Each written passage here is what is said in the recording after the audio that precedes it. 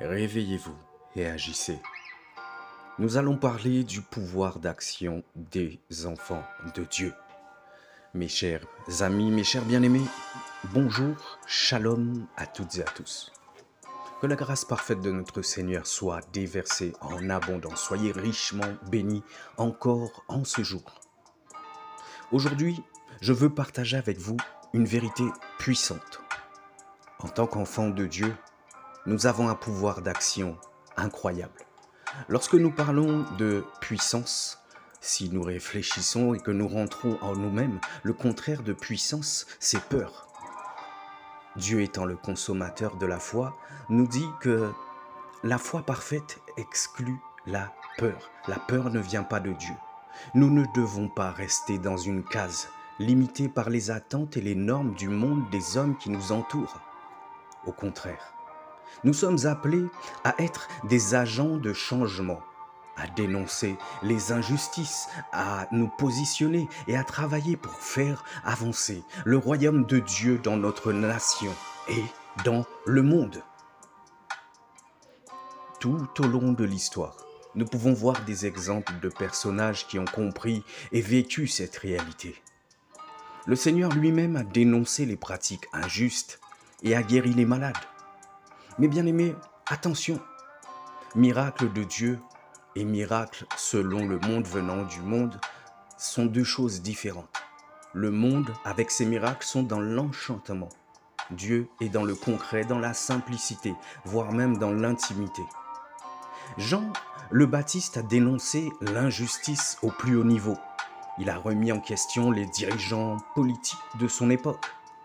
L'apôtre Paul, lui, a défendu la vérité de l'Évangile, même lorsqu'il faisait face à l'opposition et à la persécution. Nous avons également le modèle inspirant du pasteur Martin Luther King, qui a osé se lever contre la ségrégation raciale et l'injustice aux États-Unis. Il a utilisé son influence et son leadership pour promouvoir la paix, l'égalité et l'amour, appelant les chrétiens à la repentance et à l'action. Et c'est ce que je fais aujourd'hui, c'est ce que nous faisons. Pas tous, mais Dieu fait grâce. Il a appelé des personnes, il a appelé parmi nous des personnes.